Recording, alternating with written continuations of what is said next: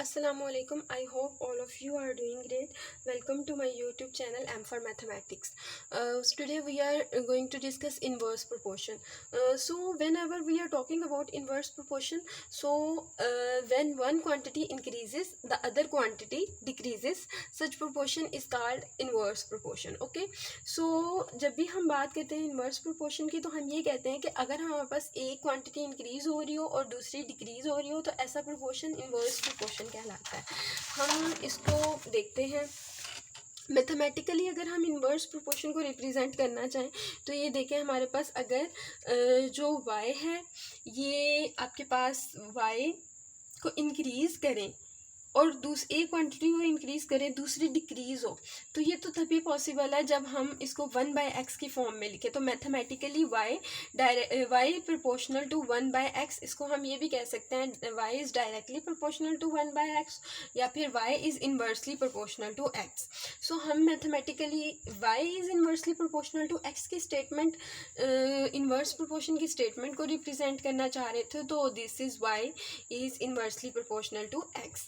सो now हम यहाँ पर इसको इक्वेट करना चाह रहे हैं, तो हम इसको जब बैलेंस करना चाह रहे हैं, इक्वल करना चाह रहे हैं, तो यहाँ कोई ना कोई कांस्टेंट होगा।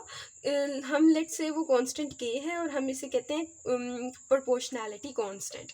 ओके, तो अब आपके पास देखें, हमारे पास जैसे एक लेट्स से हम कहते हैं y अगर 10 है तो 1/10 करें तो ये 0.1 बचेगा।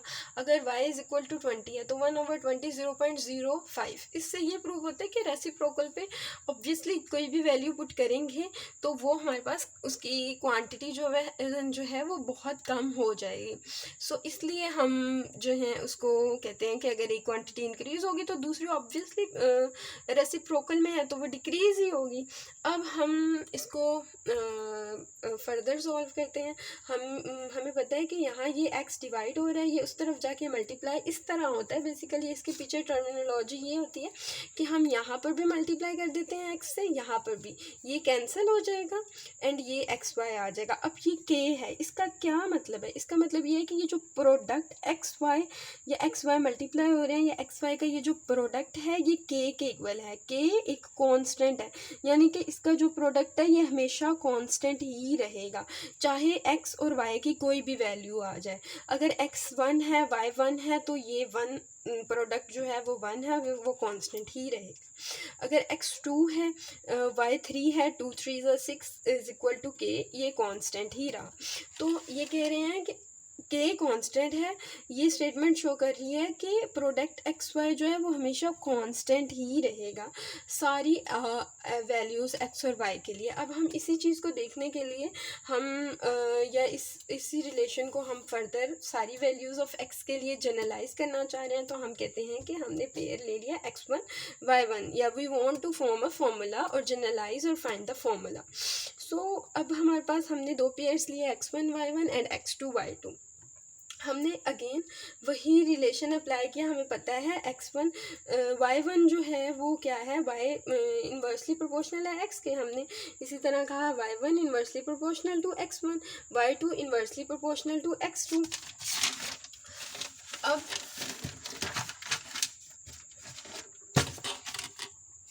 हमारे पास प्रोपोर्शनैलिटी कांस्टेंट आ गया, y1 is equal to k over x1, y2 is equal to k over x2। So this is x1 y1 is equal to k, x2 y2 is equal to k। So अब हमारे पास ये constant है, ये भी these obviously are the same things. तो equation 1 और equation 2 से हमें क्या पता चला कि x1 y1 and x2 y2 ये कांस्टेंट के इक्वल है। इसका मतलब है ये दोनों एक दूसरे के इक्वल हैं। तो अब हमारे पास x1 y1 is equal to x2 y2, ये हमारे पास एक फॉर्मूला आ गया जो कि हमारी बुक में गिवन है। This is the formula x1 y1 x2 y2। Now अब अगर हम क्या करें, दूसरे फॉर्मूले के लिए हमने क्या किया, x1 जो था ये यहाँ पे मल्टीप्लाई हो रहा था, यहाँ डिवाइड हो गया। ऑब्वियसली हमने यहाँ पर जो है दोनों तरफ डिवाइड किया है x2 से। ओके, सो ये कैंसिल हो गया यहाँ से, यहाँ x1 बाय x2 बच गया, और यहाँ पर हमने क्या किया, y2 को y1 से डिवाइड किया, सो y1 यहाँ से कैंसिल हो गया, और यहाँ y2 डिवाइडेड बाय y1, तो वो ऑब्वियसली सेम। तो इसको हम इस तरह भी लिख सकते हैं, y2 divided by y1 is equal to x1 divided by x2। तो look at this formula, y2 divided by y1 is equal to x1 divided by x2। So इसकी एक और डेफिनेशन है, जैसे कि हमने बोला था कि इन्वर्स प्रोपोर्शन, डायरेक्ट प्रोपोर्शन में जो हमारे पास क्वांटिटी एक इंक्रीज़ हो रही होती है तो दूसरी भी इंक्रीज़ हो रही होती है, अगर एक डिक्रीज़ हो रही होती है तो दूसरी भी डिक्रीज़ हो रही होती है, और रेशो कांस्टेंट रहती है। अब यहाँ हम इन्वर्स प्रोपोर्शन की बात करें, इसमें एक क्वांटिटी अगर इंक्रीज़ हो रही है तो दूसरी लाजमी डिक्रीज़ हो रही होगी, और जो उसका प्रोडक्ट होगा वो कांस्टेंट रहेगा। इसे हम आगे जाके देखते हैं कि प्रोडक्ट कैसे कांस्टेंट, ऑब्वियसली हम ऊपर डिस्कस कर चुके हैं यहाँ, बट हम इसको एक एग्जाम्पल से ही डिस्कस करेंगे। अब हमें पता है हम इन्वर्स प्रोपोर्शन को भी दो मेथड से सॉल्व कर सकते हैं, पहला है unitary method and second is proportion method. तो यूनिटरी मेथड हम वर्ड एग्जाम्पल 2 से डिस्कस करते हैं, जो कि हमारी बुक पे गिवन है। अब हमारे पास ये वर्ड एग्जाम्पल 2 है, ये कहते हैं कि 10 आइडेंटिकल टैप्स जो हैं वो हमारे पास फिल करती हैं एक टैंक को 4 आवर्स में।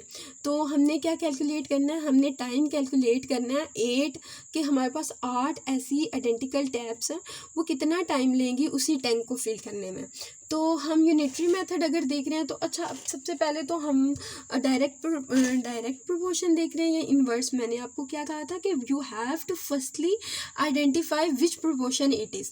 अब आपके पास अगर एक 10 आपके पास टैप्स थी और वो 4 आवर्स ले रही थी एक टैंक को फिल करने में, अब वो कहते हैं 8 टैप्स रह गई हैं। अगर टैप्स कम हुई हैं तो ऑब्वियसली टाइम इंक्रीज होगा, तो यहाँ पर टैप्स कम होने से टाइम क्या हो जाएगा, इंक्रीज। एक के कम डिक्रीज होने से दूसरी इंक्रीज हो रही है, तो ये कौन सा प्रोपोर्शन है, इन्वर्स प्रोपोर्शन। तो अब हम we are going to just discuss और solve it by unitary method. अब यहाँ देखें आपके पास है 10 taps can fill the tank in 4 hours. तो हमारे पास 4 आवर्स में 10 टैप्स जो है वो फिल कर रही हैं। अब हमने 1 टैप के लिए हमने यहाँ यही डिस्कस किया कि प्रोडक्ट कांस्टेंट रहेगा। हम again x1 y1 x2 y2 कर रहे हैं, तो वहाँ हम जहाँ हम डिवाइड कर रहे थे 10 डिवाइडेड बाई 4, अगर ये होता क्या, ये होता है डायरेक्ट प्रोपोर्शन, हम करते हैं 10 divided by 4 and multiply by 8। But अब ये क्या है, ये है इन्वर्स प्रोपोर्शन। इसमें क्या होता है, प्रोडक्ट कांस्टेंट रहता है एंड मल्टीप्लिकेशन फॉर्मूले में भी x1 y1 x2 y2 होता है is equal to x2 y2। तो इस वजह से 1 tap can fill the tank in 10 को, अब यही 4 10 से मल्टीप्लाई हो गया, एंड अब हमें 8 टैप के लिए चाहिए, तो यही 8 डिवाइड हो गया, we have got 5 hours. Okay, तो मैंने आपको डायरेक्ट प्रोपोर्शन के लिए भी बता दिया कि इस एग्जांपल को कैसे सॉल्व करेंगे हम। अब हम मेथड 2 पे आते हैं, प्रोपोर्शन मेथड। अब हमारे पास एक फॉर्मूला है x1 y1 and x2 y2। Let's see, हम इसको डायरेक्टली भी इस फॉर्मूले से भी कर सकते हैं, हम टेबल भी बना सकते हैं, क्योंकि आपके बुक के शुरू में ऑब्जेक्टिव था कि वी डिस्कस द टेबल्स। सो मैंने इसको टेबल के थ्रू किया है सॉल्व। यहाँ देखें, ये है आपके पास मेथड 2 प्रोपोर्शन मेथड। अब हमारे पास यहाँ पे है,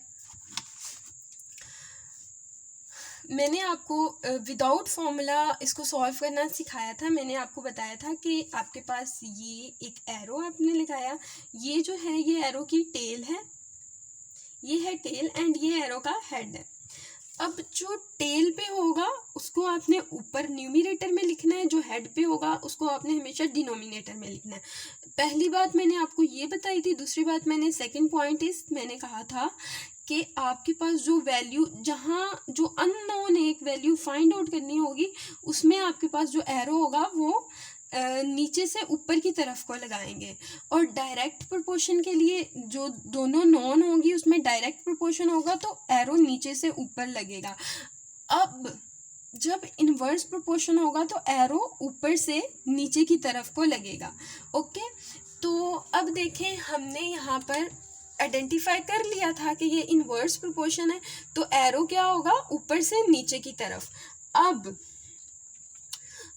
अब हमें पता है कि नंबर ऑफ टैप्स डिक्रीज हो रही है, time take to fill the tank increase, obviously increase होगा। अब मैंने आपको कहा था टेल वाली वैल्यू न्यूमिनेटर पे लिखनी है, हेड वाली डिनोमिनेटर पे। तो आपका टेल पे 10 है डिवाइडेड बाय 8 एंड 4। अब यहाँ पर टेल वाली न्यूमिनेटर पे x डिवाइडेड बाय 4, सही है। अब यहाँ फाइंड तो ये करना है, इस पूरी चीज़ को हम इक्वल के इस तरफ, इसको इस तरफ लिख लेंगे। x ये डिवाइड हो रहा है, यहाँ जाके ये मल्टीप्लाई हो जाएगा, तो ये हो जाएगा हमारे पास 4 1 ज़ा 4, 4 2 ज़ा 8, देन 2 सो 2 1 ज़ा 2 एंड 2 5, सो हमारे पास 2 5 ज़ा 10, तो हमारे पास टाइम क्या है 5 आवर्स, यानी कि 8 taps can fill the tank in 5 hours. अब इसी को हम फॉर्मूले से सॉल्व करते हैं, जैसे हमने पहले जो है हमारे पास फॉर्मूले से सॉल्व किया था। इसको मैंने कह दिया x, टाइम को मैंने कह दिया y। अब ये हो गया मेरे पास x1, ये हो गया मेरे पास x2, ये हो गया मेरे पास y1, ये हो गया मेरे पास y2। अब फॉर्मूला क्या है हमारे पास, बेसिकली फॉर्मूला है हमारे पास y2 divided by y1 is equal to x1 divided by x2। ये मैंने फॉर्मूला लिख लिया यहाँ पर। अब देखें y2 divided by y1, y2 क्या था आपके पास,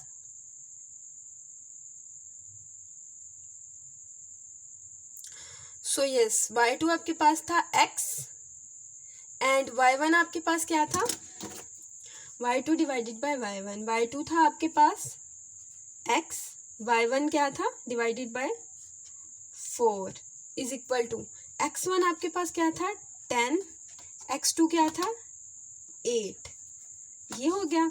अब ये हो गया x 10 डिवाइडेड बाय 8 इंटू ये 4 डिवाइड हो रहा है, यहाँ आके क्या होगा मल्टीप्लाई। और मैंने आपको बताया कि यहाँ पर हम इसको इस तरह बोल देते हैं, बट असल में हम लोग क्या करते हैं, यहाँ पर भी मल्टीप्लाई बाय 4 करेंगे, यहाँ पर भी मल्टीप्लाई, ये 4 4 से कैंसिल हो जाएगा बाय कैंसिलेशन लॉ, और यहाँ पर ये 4 इस तरह आ जाएगा। अब हमने सिमिलरली ऐसे वही चीज़ आ गई, कैंसिलेशन कर लिया आंसर, ये हमने थ्रू इस फॉर्मूले से किया है। अब मैं आपको यही चीज़ इस फॉर्मूले से करके दिखाती हूँ। हमारे पास एक और भी फॉर्मूला है, वो है हमारे पास x1 y1 is equal to x2 y2।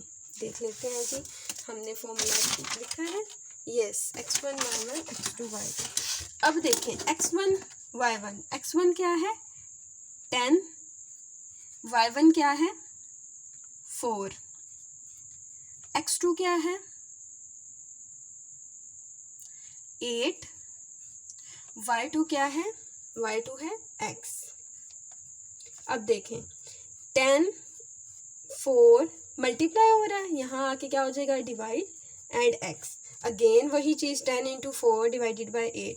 तो मैंने अब आपको ज़रूरत नहीं है कि आप फॉर्मूला याद रखते रहें, आप सिंपली आपने जो मैंने मेथड आपको एक और चीज़ बताई थी, आपने जो अननोन होगा उसका एरो डाउन टू अप लगाना है, और जो नॉन वैल्यूज़ होंगी उसमें आपने प्रोपोर्शन देखना है। अगर वो डायरेक्टली प्रोपोर्शनल है तो डाउन टू अपवर्ड एरो होगा, अगर इन्वर्सली प्रोपोर्शनल है तो अपवर्ड टू डाउनवर्ड एरो, ये वाला। तो उसके बाद जो टेल पे वैल्यू है उसको न्यूमरेटर पे लिखना है, जो हेड पे वैल्यू है उसको डिनोमिनेटर में लिखना है। यहाँ पर देखें यही चीज़ है।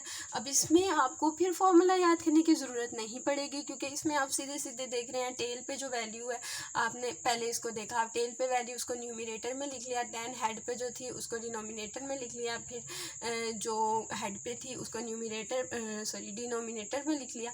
मैं यहाँ लिख देती हूँ, टेल पे जो वैल्यू है उसको आपने कहाँ लिखना है, न्यूमरेटर पे, ओके।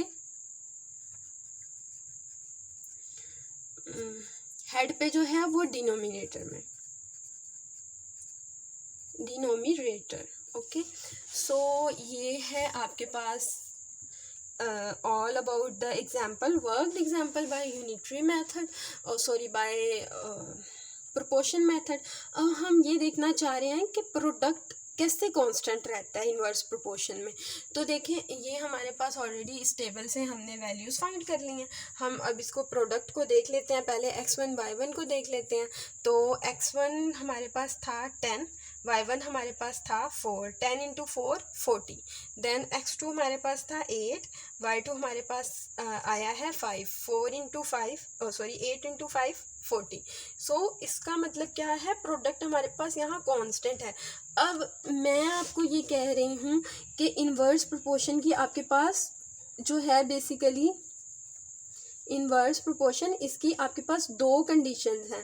पहली कंडीशन क्या है, पहली कंडीशन कहती है कि अगर एक वैल्यू इंक्रीज हो रही है तो दूसरी क्या है, दूसरी डिक्रीज होनी चाहिए, दूसरी डिक्रीज हो रही होगी। और इसका सेकंड कंडीशन इसकी क्या है, इसका प्रोडक्ट जो है वो क्या रहेगा, कांस्टेंट रहेगा, प्रोडक्ट कांस्टेंट रहेगा।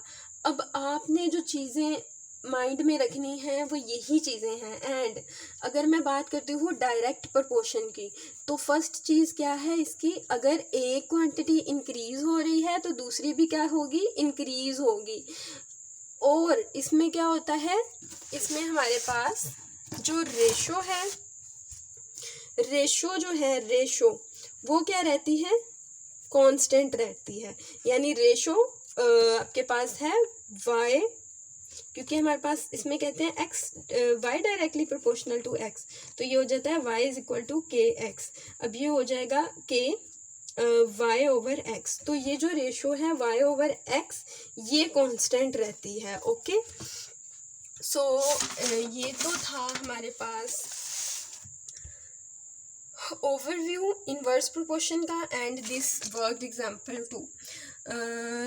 Try to solve this, practice now too, and feel free to ask any of the question. Allah Hafiz.